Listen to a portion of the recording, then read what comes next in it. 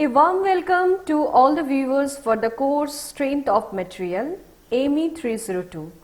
Myself Thiapal, Assistant Professor of Department of Mechanical Engineering, and today I am going to discuss the topic that is elongation of the bar, which is basically included in the module 1 of Strength of Material for the course AME 302. So this is probably the third part of the elongation of the bar, because this elongation of the bar, it is basically consisting of several different criteria. That is how the elongation of the bar is occurring for various type of condition. So initially in the part 1 lecture we have studied if it is the bar, it is having the coaxial load and it is placed horizontally position, then what will be the change in length or elongation of the length of the bar will occur, we have studied.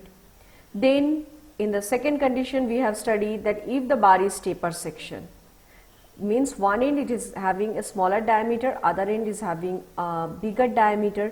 In that particular condition, how you are going to calculate the elongation of the bar, that also we have studied in the part 1 lecture for elongation of the bar for module 1.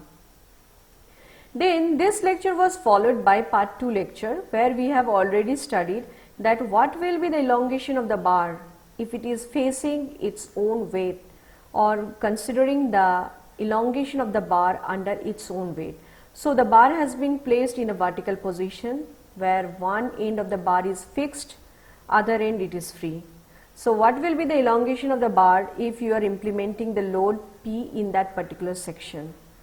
And next we have also studied about the thing that is if it is having a various section, then what will be the change in length that will be occurring for the total bar. So you can see that already in this 2 lecture I have already covered up that elongation of the bar for various object or various bar, it is getting changed. Why? Due to the presence of parameter, various parameter. If the area, diameter, length all are varying, then there will be different section. For taper, the elongation of the bar is something different. For normal bar, if I am considering a cylindrical bar with axial load of P, then you are getting some different section. So you can see what are the changes that are there associated with. Now today in this particular lecture of elongation of the bar, that is part 3 lecture, we are going to discuss if the load is getting varied, then how we are going to calculate the elongation of the bar. That is, if the load, it can be tensile, it can be compressive. So previous lecture have already covered up that we are dealing with one type of load, either it is compressive or it is tensile. Basically we have dealt with tensile load, but today in this lecture I am going to cover up if you are varying the load. That means the load, it can be tensile, it can be compressive. So in that particular situation, what will be the elongation of the bar that we have to calculate. So without any further delay, let's have a look at the content. So in the content, initially you have seen that we are using change in length due to axial load. I have covered up elongation of a taper rod under the action of coaxial pull. It has been also discussed. Next, in the second lecture I have discussed elongation of the bar under its own weight and bar of varying section. But today we are going to consider compound bar with initial weight, and we are also going to solve some numerical. So compound bar with initial weight, it is what? That is, you are considering a bar and it is the material is different, and the thing is that it has got some initially weight also. So in that particular section, how it is you are getting the change in length for that particular type of task. Again, bar of varying section, when we are talking about, there also you can see that already you have received a bar where you have already implemented only one type of load, that is tensile load. But if that same particular bar you are using and there you are using various types of load, it can be tensile, it can be compressive, in that particular situation, how you are going to calculate the change in length for this particular portion. So you have to consider this thing also in today's lecture. So without any further delay, let's have a look in the next slide. So in the next slide, what we are able to see, that is, we are going to make the determination of the increase or decrease in length of a bar subjected to an external load at the end and also in some intermediate sections also. So you can see this is a complete bar. This is a complete bar. So if you name it, this bar as 1, this bar as 2 and this bar as 3. Okay. Why I have mentioned it 1, 2 and 3?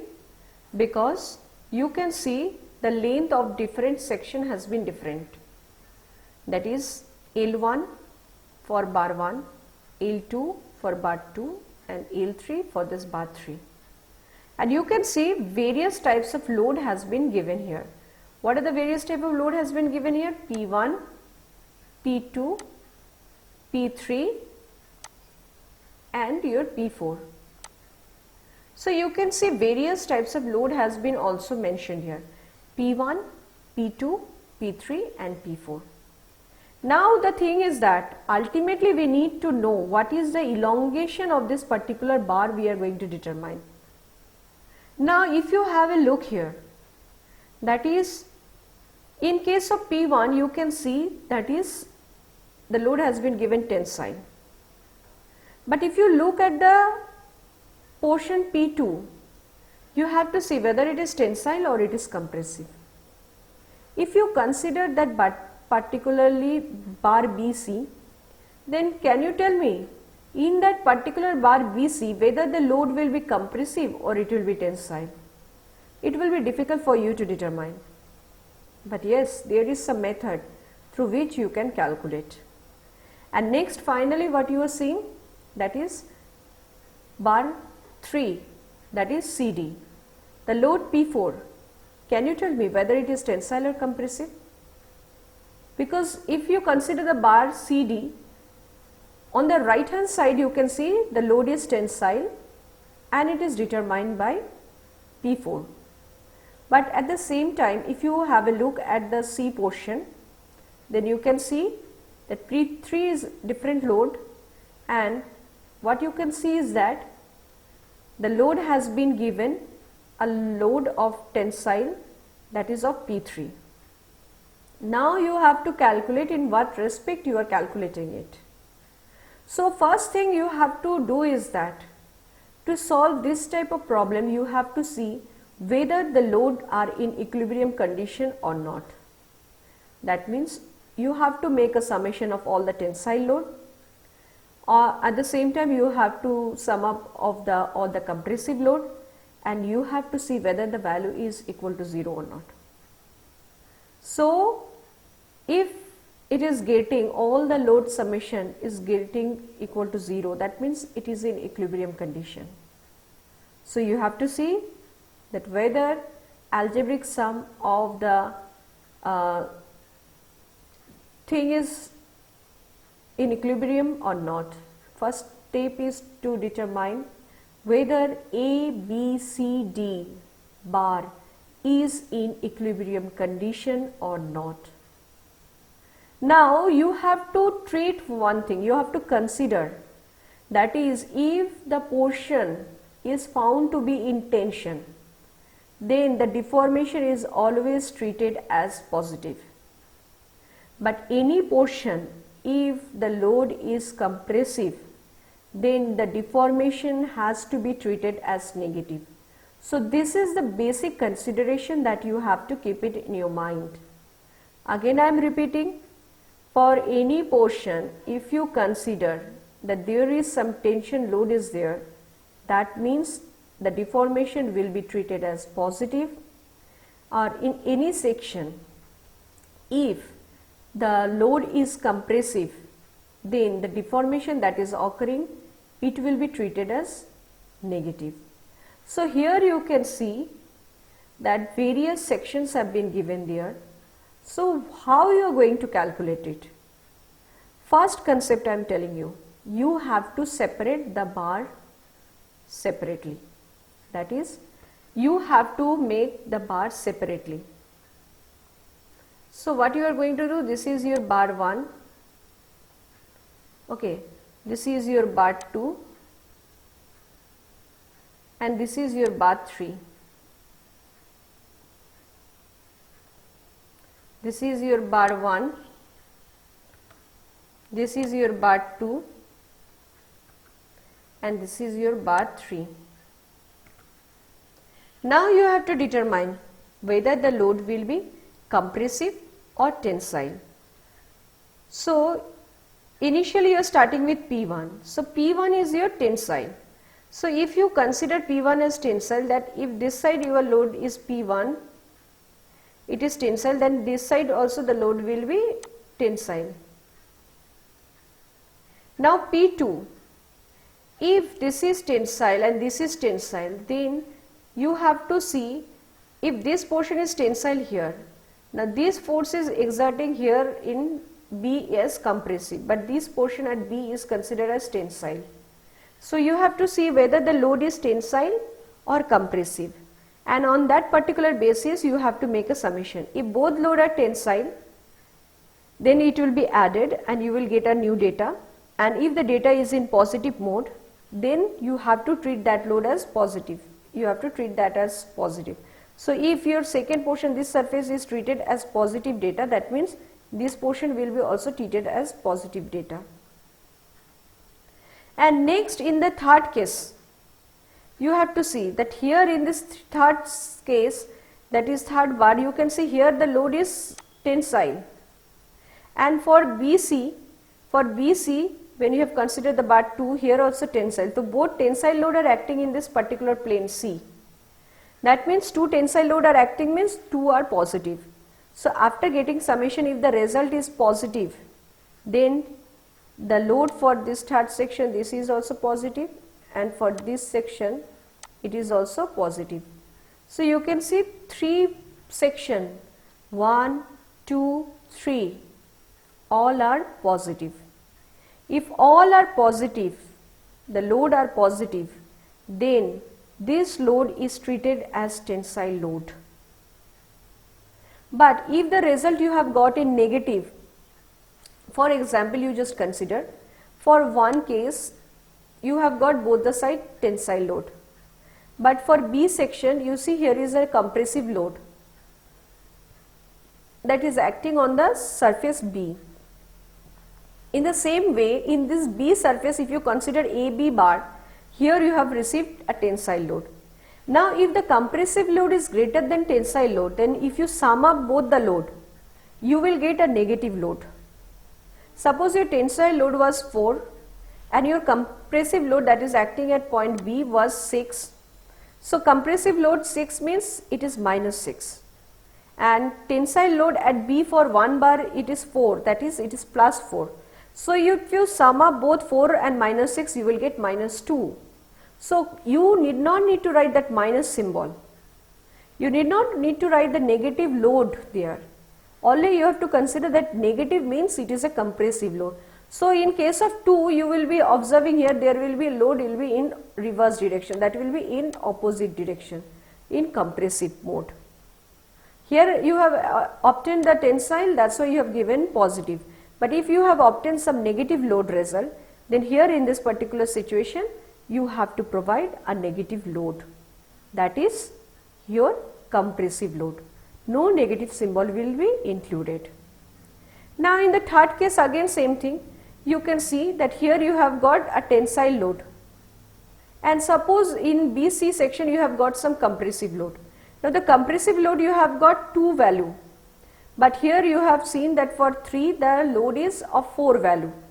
So this tensile load is much better than your compressive load, and compressive load means negative load.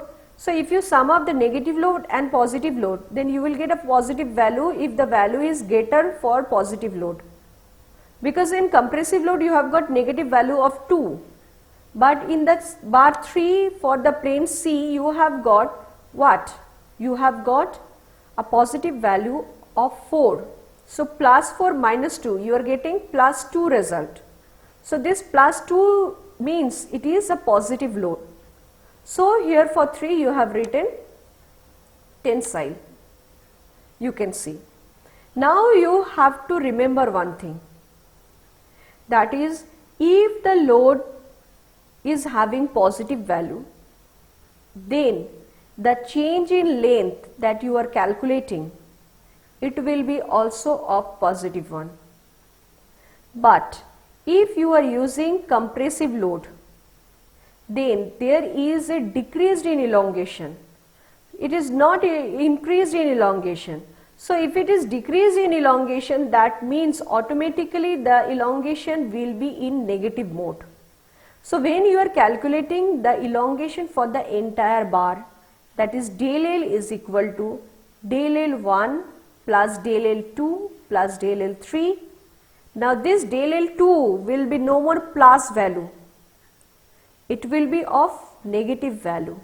So if I ask you the total change in length for this particular bar, then you have to write in this way, del L1 minus del L2 plus del L3. Now this minus you are calculating when you are performing the numerical, but initially you have to write as positive for the equation, because total change in length or elongation is length has been considered as summation of all the elongation for various bar separately. So if you are using tensile load, your elongation will be considered or treated as positive. If you are using compressive load, your elongation will be treated as negative. And if you are again using the elongation and where you are using the tensile load, your elongation will be treated as positive. So when you are particularly sum upping the thing, so tensile positive, for compressive load your deformation will be negative, and for tensile load again the deformation will be treated as positive. So you sum up all the thing, then you can get the entire value for the elongation in length. Hope it is clear through this particular figure. We will be discussing with the numerical, the concept will be much more clear to all of you.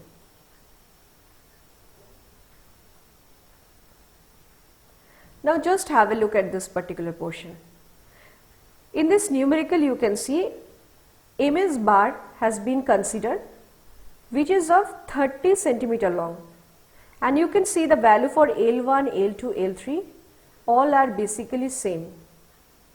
So L1 is equal to L2 is equal to L3, and you can see this 3 section, that is AB is one bar, BC is another bar and CD is another bar, and the cross sectional area of the entire bar is 4 centimeter square.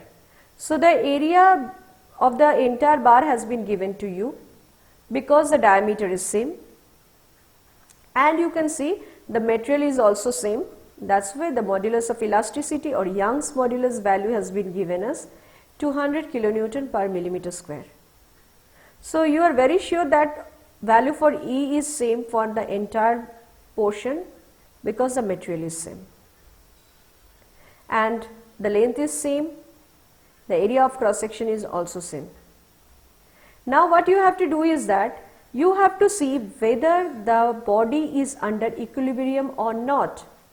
So you can see how many tensile load is there and how many compressive load is there. So if you see the tensile load, this 50,000 Newton, this is tensile, and this 20,000 Newton, this is also tensile. So summation of these two tensile you can see, and this compressive load, basically they are negative load. So you can see compressive load is 50,000 Newton and this 20,000 Newton, these both are compressive load. So both are having summation, since they are negative compressive load, that's why you have used the negative sign here. So that's why 50,000 plus 20,000 tensile load, if you are adding the compressive load, the negative value for 50,000 and 20,000 compressive load, the summation that you have achieved is your 0. and that's why you can say the body is in equilibrium. So now you can solve the numerical. Now just have a look at this particular section. Again what you have to do is that you have to name this bar. Consider this as 1, consider this as 2, and consider this as 3. Okay. So in first case you can see, the load has been given you tensile load of 50,000. So for A calculation it is 50,000 tensile load. So if you separate this one particularly in another way, this is for your bar 1, okay, this is your bar 1 if you are considering. Then what I have told, 50,000 is your tensile load, 50,000 this is tensile, and this is also tensile. So 50,000 is a tensile load. Now consider this bar 2. Now bar 2, if you look at the surface B here, you can see that here the load that has been given is compressive. How much compressive load? Of 20,000 Newton. But if you consider the object AB, then at B portion for AB you can see there is a tensile load of 50,000 Newton. So if I tell you the tensile load of 50,000, that is positive 50,000, and here you can see compressive load of how much? 20,000. So if I give here minus 20,000, then if I tell you make a summation, then what you will get? A result of 30,000. And this 30,000 is what? This is your positive. This 30,000 is what? If you consider this 30,000, this is as positive. If positive 30,000, that means this is a load of tensile load you have gathered. So B and C portion, again if you draw a bar, B and C portion, what you will be getting? This is also you will be getting a load of tensile load. This also you will be getting a load of tensile load. So tensile load is of how much? Now 30,000. So for this bar 2 you have got load of 30,000. And here you have got for bar 1 of 50,000. Okay.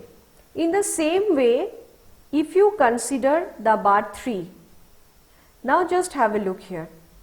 For bar 3 if you consider, then here what you have seen, a tensile load for C section has been considered as 20,000.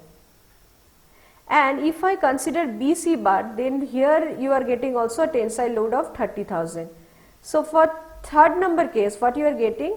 A positive of load of 30,000, and here also you are getting a positive load of how much? 20,000. So all total what you are getting here is that all total you are getting a load of plus 50,000. So this 50,000 is what? This 50,000 is your positive load. So that's why it is your tensile load. It is your tensile load. That's why in the third section, if you draw a third section, here you can see tensile is there. So here also 50,000 is there. So you can see that how basically you have calculated the load for 3 different sections. And if you have completed the task of calculating the load, then I must say it is very easy for all of you to calculate the change in length or elongation in length of this particular bar, because you have obtained all the load are in tension mode. For bar 1 the tensile load is of 50,000, for bar 2 the tensile load is of 30,000, and for bar 3 the tensile load is of 50,000. So since all the load are in tensile mode, therefore your elongation of the bar, it will be also in tensile mode, because the elongation of the bar will be in positive mode. So you need not need to worry.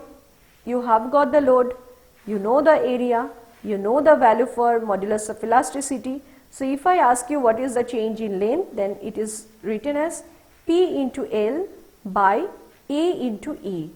So P means for bar 1 you are using 50,000, length you are using 10, and you are using area that has been given for the entire section. So when you are using for the entire section, the change in length, what you have to do is that you have to make a common area from the entire formula. So if you use del L, that is equal to del L1 plus del L2 plus del L3, and this del L is what? P into L by A into E. So what you are going to do is that for the entire section, A by L, P into L by A into E, what you have to do for the entire section, L by A you have to take common, and in bracket you have to write P by E. Okay, P is also, E is also same for everyone. So what you are going to do is that L by AE you have to take it common. In bracket what you have to do is P plus P plus P, you have to go through it and you have to calculate it so that you can get the original result.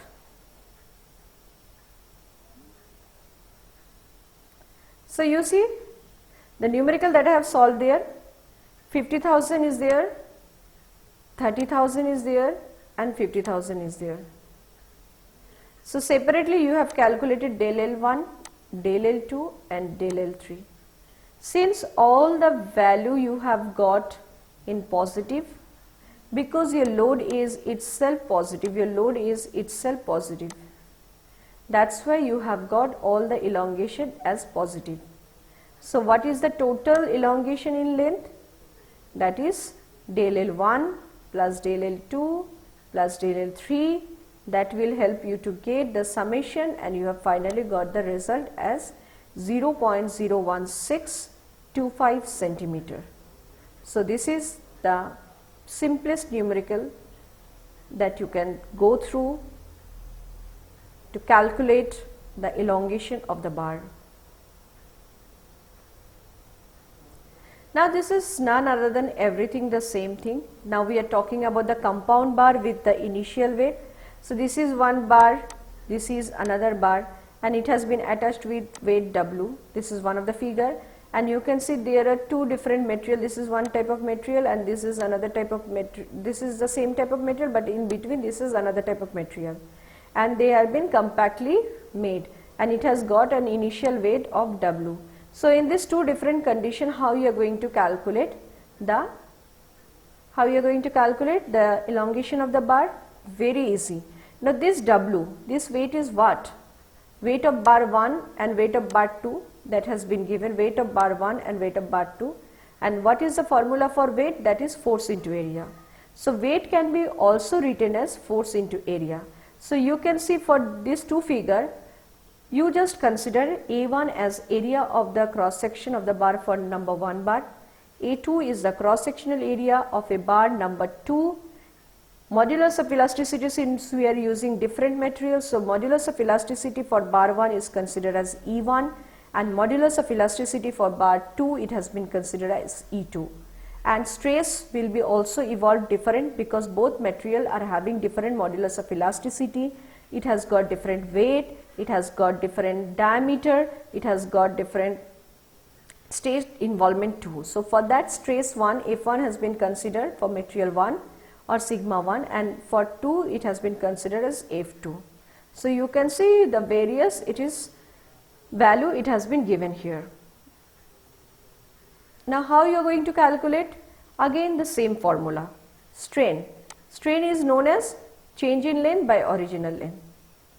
It can be also written as stress by modulus of elasticity, because modulus of elasticity, if we see modulus of elasticity, capital E, it is denoted by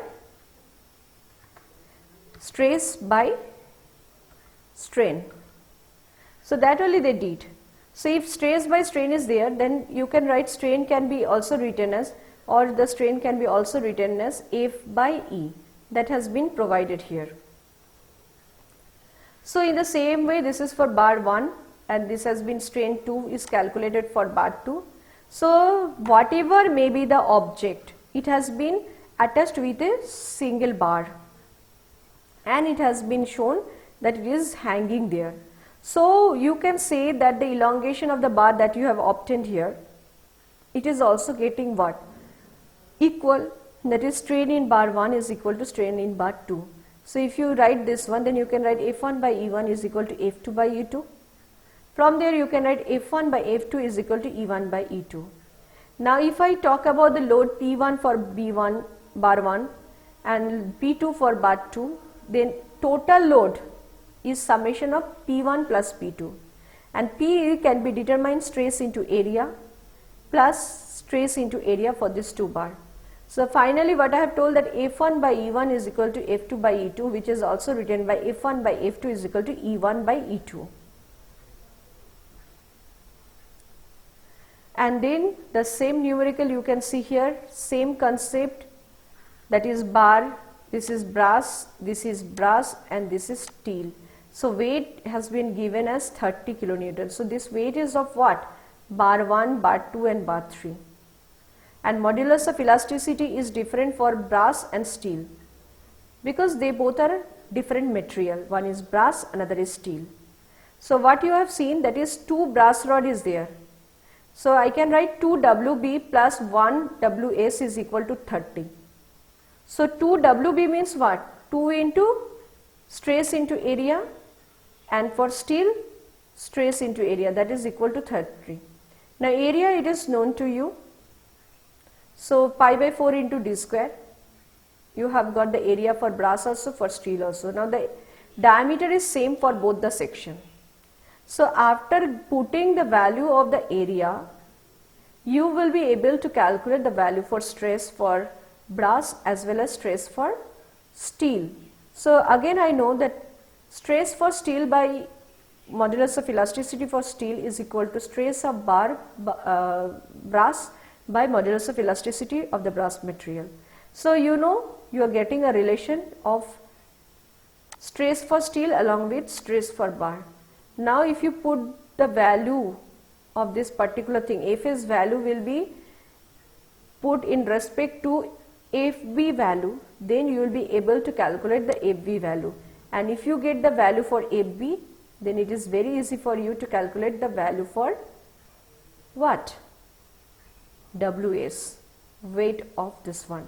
So in this way you have got all the value for your weight of the brass, length of the brass, it is known to you, area of the brass is also known to you. So if I ask you what is the change in length for the brass rod, then you can say change in length is equal to load into length of the material into area of that material into this modulus of elasticity of the material.